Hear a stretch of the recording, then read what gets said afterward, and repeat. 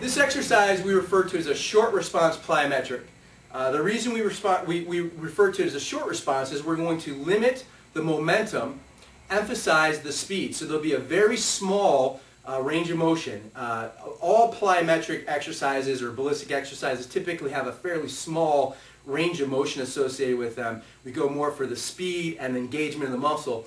In a short response plyometric, like I'm going to show you, we want to emphasize that even more. There's virtually no or very, very little range of motion here. We're looking for pure speed and engagement in a sequence. Now, with any exercise, before you participate in the exercise, you should consult with a physician, a strength conditioning coach, physical therapist. Make sure that you don't have any physiological restriction or limitation or musculoskeletal limitation that would keep you from effectively doing these exercises or safely doing these exercises. You can always consult with a physician or a physical therapist.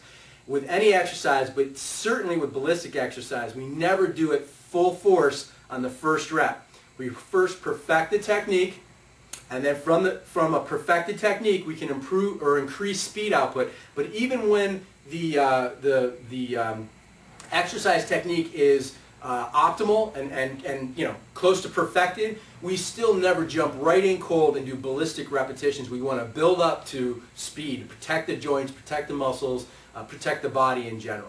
Now, what we do to limit the range of motion and emphasize the ballistic nature of the short response plyometric is we start the body in a half swing.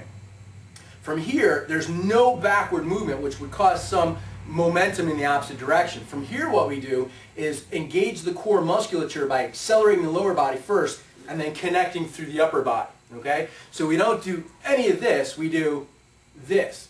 Swing through from the lower body. Now, you're not going to exaggerate that lower body. You're just going to swing.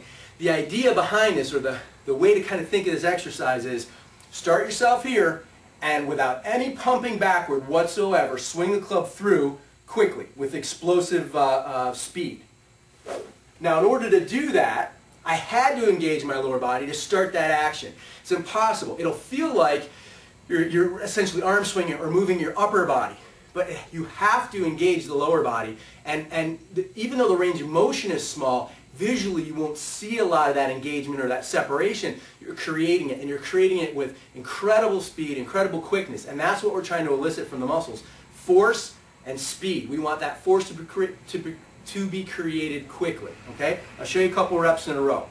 I'm going to start half swing, pull the trigger with no pump, swing through. Half swing, pull the trigger with no pump, swing through. And that would be a rep. Now again, we want to engage ground up, use the core, relax the upper body, swing the upper body and the club from the core. Don't work it with the hands. You'll create way more distal and speed if you relax the upper body, engage the legs first, connect through the core, and whip the club in the arms rather than try to work with the upper body. Now, one of the things to keep in mind, good connection when you do this is going to keep you from being way open, but instead almost feeling like you're swinging your arms past your lower body to create a good connection through the core and good muscular contraction. Again, that's a short response plyometric.